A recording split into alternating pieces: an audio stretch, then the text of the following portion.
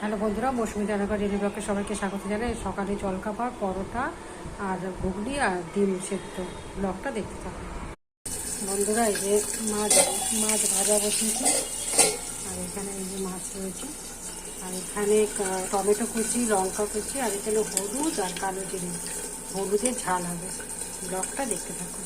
আর এখানে গরম জল করে রাখা আছে বন্ধুরা। এই যে টমেটো আর কাঁচা লঙ্কা দিয়ে দিয়েছি, এখানে চেরা কাঁচা লঙ্কা টমেটোটাকে একটুখানি ভেজে নিলাম, নরম করে নিলাম।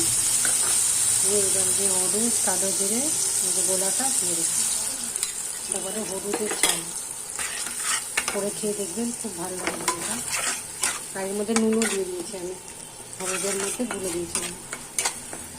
আপনি আপনার পরিমাণ মতো নুন দিয়ে দেবেন। এটাকে ভালো করে কষাবো, কষিয়ে তারপরে জল দিয়ে দেবো। ব্লগটা দেখতে পাবেন। এরকম বন্ধুরা হলুদের ঝাল রেডি। আপনি একদিন করে খেয়ে দেখবেন, খুব ভালো লাগে।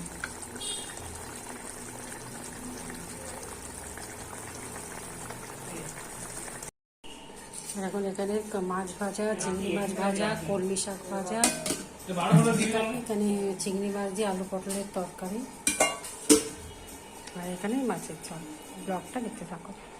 আজ আমার দুপুরের খাবার এই যে কাসন্দি দিয়ে শাক, আর চিংড়ি মাছ দিয়ে আলু পটলের তরকারি, আর এখানে রুই মাছের হলুদের ঝাল।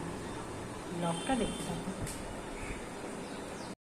এরকম বন্ধুরা ঘরের তৈরি ধোসা করলাম। ব্লগটা দেখতে থাকুন। সন্ধ্যাবেলা জল খাওয়া। দেখুন বন্ধুরা, সন্ধ্যাবেলা এই ধোসা রান্না করলাম, ঘরোয়া ধোসা।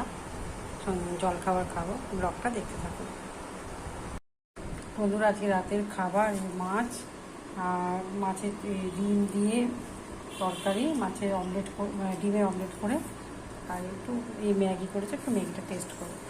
ব্লগটা কেমন লাগলো জানাবেন। লাইক সাবস্ক্রাইব করে দিয়ে সুস্থ থাকবেন, সাবধানে থাকবেন।